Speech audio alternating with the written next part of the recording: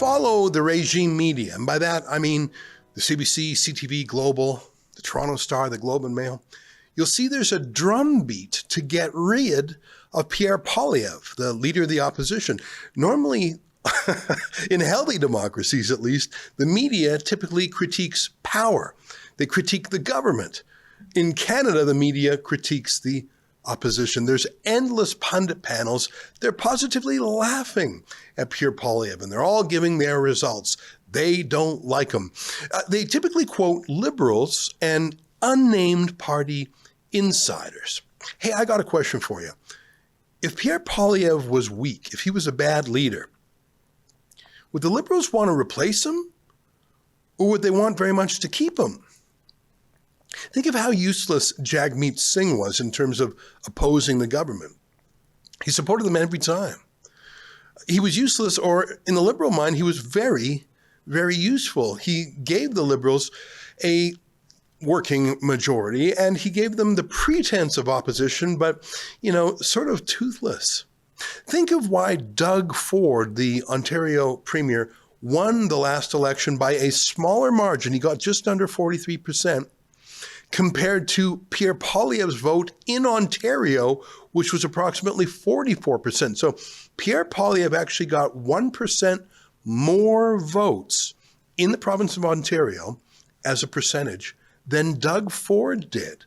So why didn't Pierre Poilievre win? Well, because provincially, the NDP and the Liberals each got almost exactly 23%. They perfectly split the vote, enough for Doug Ford to come up the middle. Compared to what Pierre Poilievre faced, is kooky Jagmeet Singh getting just, I think it was 6% of the vote in the end. Everything coalesced around Mark Carney. Now, Pierre Poilievre was asked very recently by the CBC about his leadership failures. Here they are asking him about the defection of Michael Maw, the Conservative MP from part of the larger Toronto area. Asked by the CBC what it says about his leadership, I think he actually had a great answer, which surprised me at first. I wasn't expecting this. Take a look. But let's start with what happened last week. You've now lost 2 MPs to the Liberal Party. Both have pointed to your leadership as issues. Michael Maw saying that he was more interested in unity than division. Is this a problem of your leadership at this point? No, it's a problem of Mark Carney's leadership, that after Canadians clearly rejected a costly Liberal majority, because they knew it would mean higher grocery prices and higher food costs. He is trying to manipulate his way through backroom deals to get that majority. He's allowed to do this, though, right? Floor crossing is allowed. You've benefited from it. But he's trying to take a majority, a costly majority, that would drive up the cost of living and enrich Liberal elites, of course, but not through democratic means. My message to Mark Carney is that if you want a costly majority government to drive up taxes and deficits, then you have to go to the Canadian people and have them vote for it, not do it by dirty backroom deals. I mean, I know you don't like it, and we can talk about the merits of floor crossing and whether it should be allowed, but it is allowed. This is something that is allowed to happen. So back to my question, is this a sign of a weakness in your leadership that 2 members of your caucus have left? No, it's a sign of backroom dealings that will drive up the cost of living. And don't take my word for it, take Mr. Maw's word. This is what he said just a few weeks ago. We are in a shameful situation in this country where over 2 million Canadians are visiting food banks every month. At the end of every month, paychecks are not going far enough. Why is that?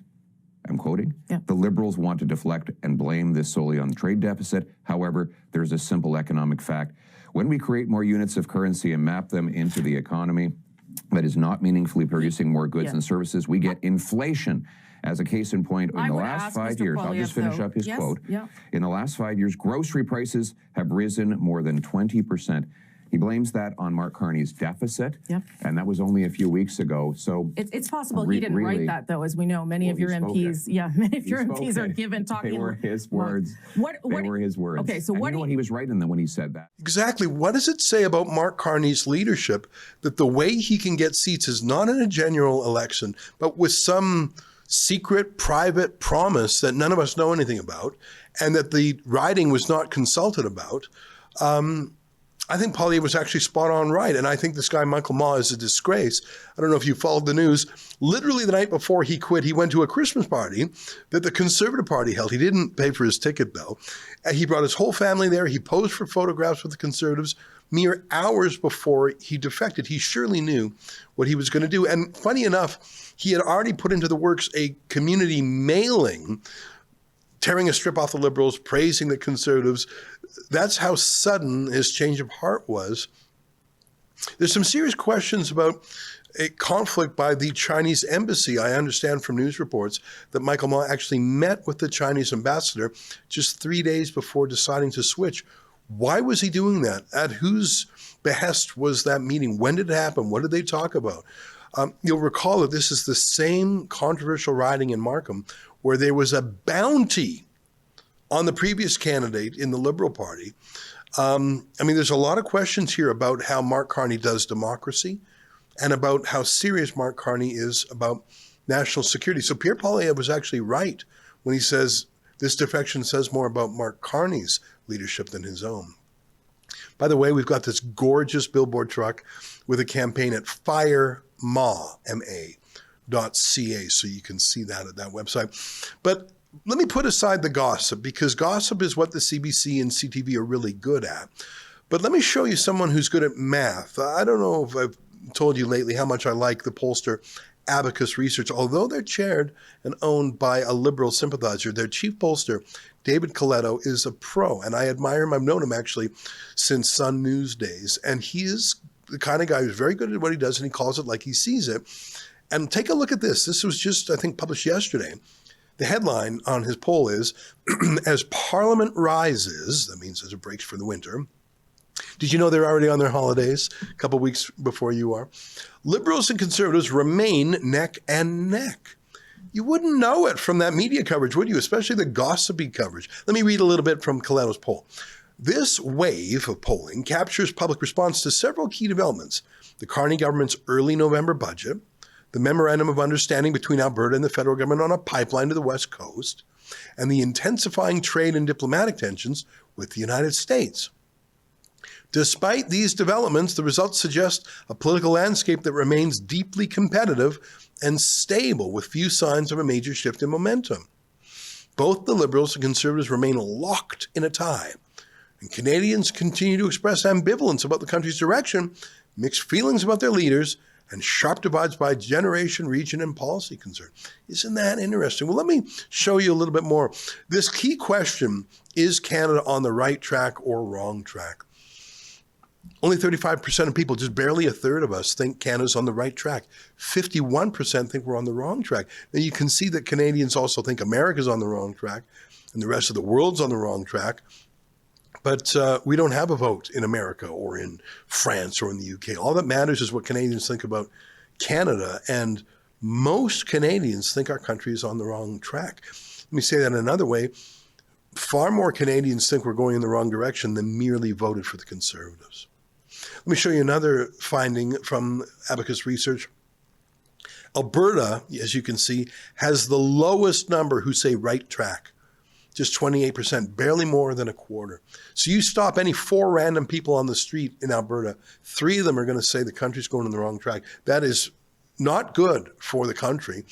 And if there actually is an independence referendum next year, that's a pretty shocking statistic. Now, I was surprised that women are more pessimistic than men about the country. And the most pessimistic generation are 30 to 44-year-olds.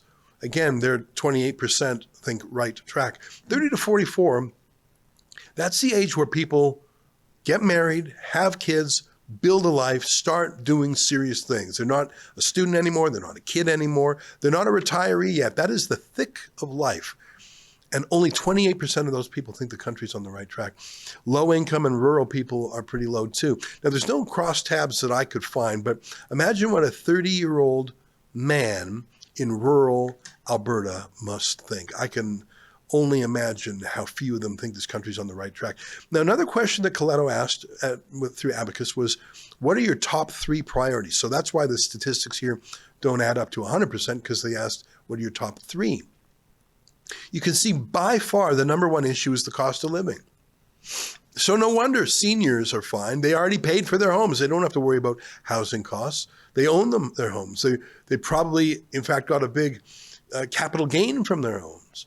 They have a pension, and although the price of groceries is up, they're not buying groceries for a bunch of kids or paying for sports or whatever. They're really living a calm life in a house that they long ago paid off. Now, 40% of people say the healthcare system, or as I call it, the wait in line for hours at the emergency room until you finally give up without getting healthcare system. I think that's how it is, especially in big cities. The next two items are really the same as the first one: jobs, ownership. It's all this home ownership. It's all the same thing. No one can afford to live or to get ahead. And I think this next one, I don't know. I was surprised it was so low in this poll. Immigration. In my view, immigration feeds all of these other issues, including crime and wokeness. You'll notice that Donald Trump doesn't come up until the sixth issue, even though the media class is obsessed with him. I'm not saying he's irrelevant. It's just he's not the number 1, 2, 3, 4, or 5 issue for Canadians. The last comparison I'd like to show is the net favorability of Mark Carney, the Prime Minister. 45% of people like him. 35% dislike him.